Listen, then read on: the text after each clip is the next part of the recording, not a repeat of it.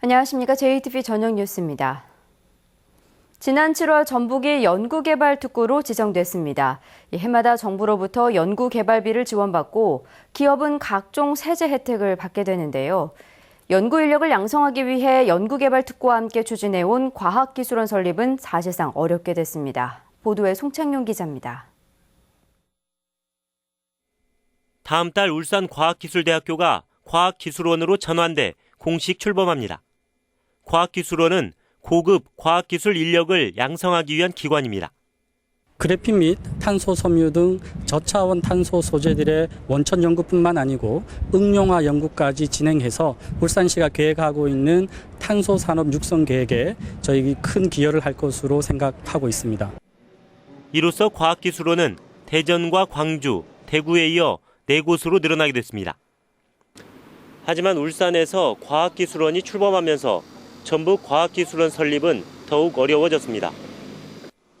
정부가 전국에 너무 많다며 반대하고 있기 때문입니다. 울산과학기술원 설립 법안도 진통 끝에 국회를 통과했습니다.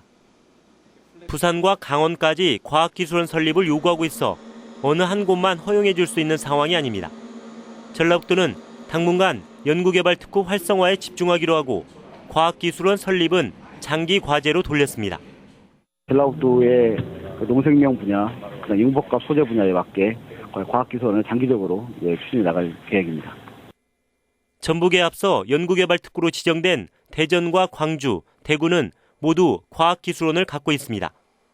후발주자인 전북이 과학기술원 없이 이들 지역을 쫓아가기는 쉽지 않을 것으로 보입니다. JTBC 뉴스 송창용입니다.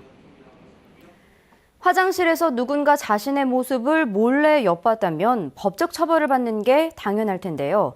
법에서 정한 화장실이 아니라는 이유로 무죄 판결이 나오고 있습니다. 정원희 기자입니다. 술집 건물에 있는 화장실입니다. 34살 김모 씨는 지난해 7월 이곳에서 화장실에 가는 20대 여성을 따라 들어갔습니다. 김 씨는 화장실 칸막이 사이로 고개를 내밀어 이 여성을 훔쳐본 혐의로 결국 재판에 넘겨졌습니다. 하지만 법원은 김 씨를 처벌할 수 없다며 무죄를 선고했습니다. 검찰이 김 씨에게 적용한 혐의는 성폭력 범죄의 처벌에 관한 특례법 12조, 성적 욕망을 만족시킬 목적으로 공중화장실이나 목욕탕에 침입할 경우 1년 이하의 징역 또는 300만 원 이하의 벌금에 처하도록 규정하고 있습니다. 하지만 재판부는 사건이 발생한 장소가 이 법률의 적용을 받는 공중화장실에 해당하지 않는다고 판단했습니다.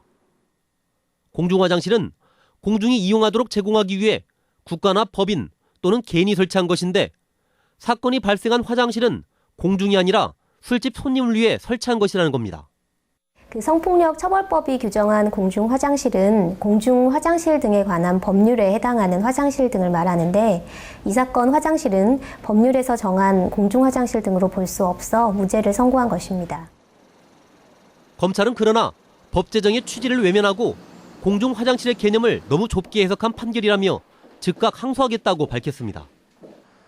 술집 화장실, 특히 남녀 구분이 안 돼 있는 화장실은 성범죄가 자주 발생하는 곳입니다.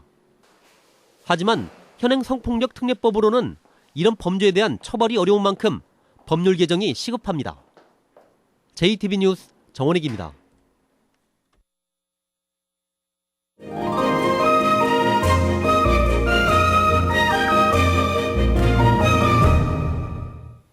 가야금 연주자 백은선이 우리소리 우리가락 무대에 오릅니다.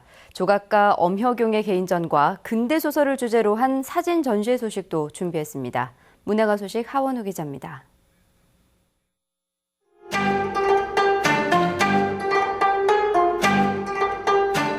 현란한 손놀림 사이로 아름다운 선율이 흘러나옵니다.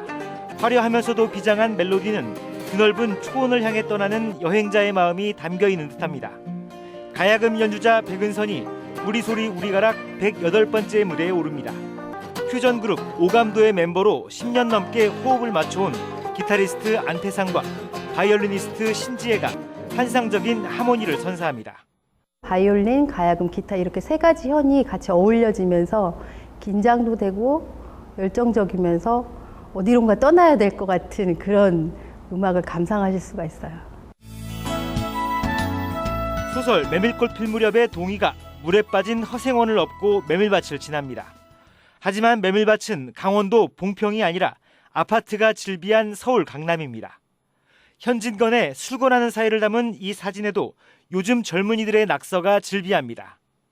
근대 소설을 사진에 담은 윤정민은 이런 장치를 통해 관객들을 허구의 공간으로 끌어들입니다. 형형색색의 고서 수십 권이 책꽂이에 꽂혀 있습니다. 하나하나 나무를 깎아 만든 조각품입니다. 부드럽고 따뜻한 나무의 질감과 빛바랜 고서는 자연스러운 어울림으로 색다른 조형미를 보여줍니다. JTBC 뉴스 하원호입니다. 군산 서해대학의 교비 횡령 사건을 수사 중인 검찰이 이사장을 구속한 데 이어 전 현직 총장을 소환해 조사했습니다. 전주지검은 어제 황모 총장을 비롯해 이모 전 총장을 소환해 이사장의 교비 횡령 사건에 관련됐는지 조사했다고 밝혔습니다. 검찰은 교비는 총장 등의 결재를 받아야 사용할 수 있는 만큼 이사장의 교비 횡령 과정에 학교 고위 관계자들이 관련됐을 것으로 보고 있습니다.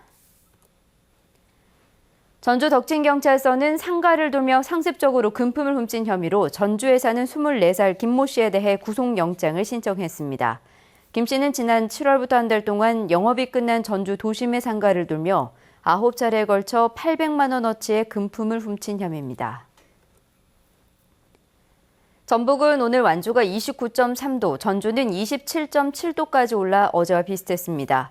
주말인 내일은 구름이 많다가 낮부터 점차 맑겠습니다. 아침 최저 기온은 12도에서 17도, 낮 최고 기온은 26도에서 27도가 예상됩니다.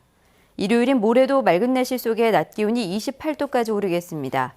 전주기상지청은 당분간 비 소식 없이 일교차가 10도 이상 크게 벌어질 것으로 내다봤습니다. JTBC 저녁 뉴스를 마칩니다. 함께해 주신 여러분 고맙습니다.